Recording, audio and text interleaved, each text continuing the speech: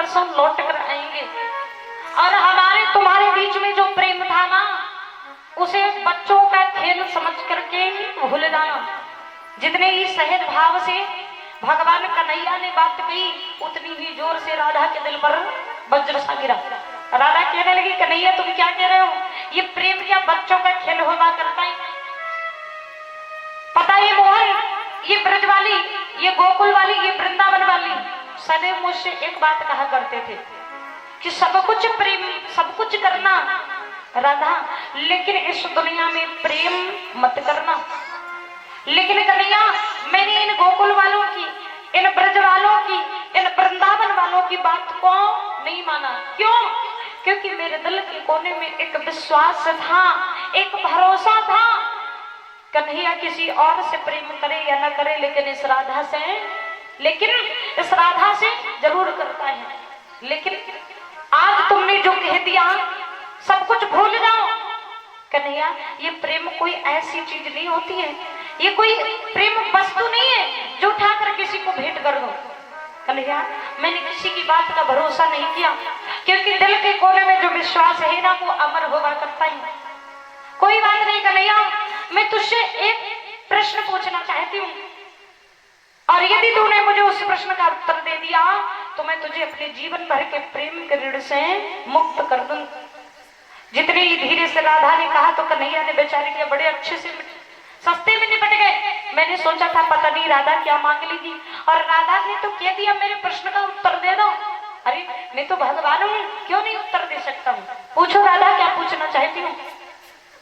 जैसे ही कहा पूछो, राधा कहने लगी, कन्हैया, इन गोकुल और इन ब्रज वालों की बात को मैंने भरोसा नहीं किया, लेकिन आज मैं तुमसे कुछ कहना चाहती हूँ।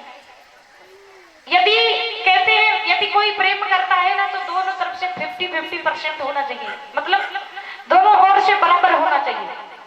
और मुझे ऐसा लगता है कि कन्हैया, तूने आज तक मुझसे प्रेम ही नहीं किया, मैं ही सारा प्रेम तुझ पर लुटा रही हूँ। कन्हैया, लोग कहते हैं कि तू भगवान है, लोग कहते हैं, लेकिन मैं नहीं कहती। लोग कहते हैं कि तू भगवान है, लेकिन मैं नहीं कहती हूँ। और यदि अगर तू भगवान है तो कहते हैं जीवन मरण और पुनर्जन्म, ये सब भगवान के हाथों में होता है। तूने भी कई बार इन ब्रजवालों से कहा है कि मैं भगवान हूँ, और यदि तू भगवान है तो राधा तुझसे एक ही चीज मांगना चाहेगी, जीवन मरण पुनर्जन्म, ये सब भगवान के हाथों में होता है। अगर तू भगवान है तो कन्हैया, जब मैं मरने के बाद में दोबारा जन्म लूं, जब मैं मरने के बाद में दोबारा जन्म लूं, तो मैं राधा बनकर नहीं, मैं श्याम बन करके आऊंगा। और ऐसा नहीं कन्हैया, तुझे भी जन्म लेना पड़ेगा, और तू श्याम बनकर नहीं तो राधा बन करके आएगा। तब मैं तेरे पास में आऊंगी और मैं तुझसे कहूंगी कि हमारे बीच में जो भी था उसे बच्चों का खेल समझकर भूल जाओ। ये प्रेम कोई बच्चों का खिलौना होता है? बताओ मोहन, वज्र गिरा, दर्द हुई, पीड़ा हुई, एहसास होगा? भगवान बोले, राधा एहसास तो होगा। राधा कहने लगी, कन्हैया, मैंने तेरे लिए रात रात भर वृंदावन में इंतजार किया, मैंने तेरे लिए रात रात भर बरसाने में इंतजार किया, मैंने रात को रो रो करके बिताई है।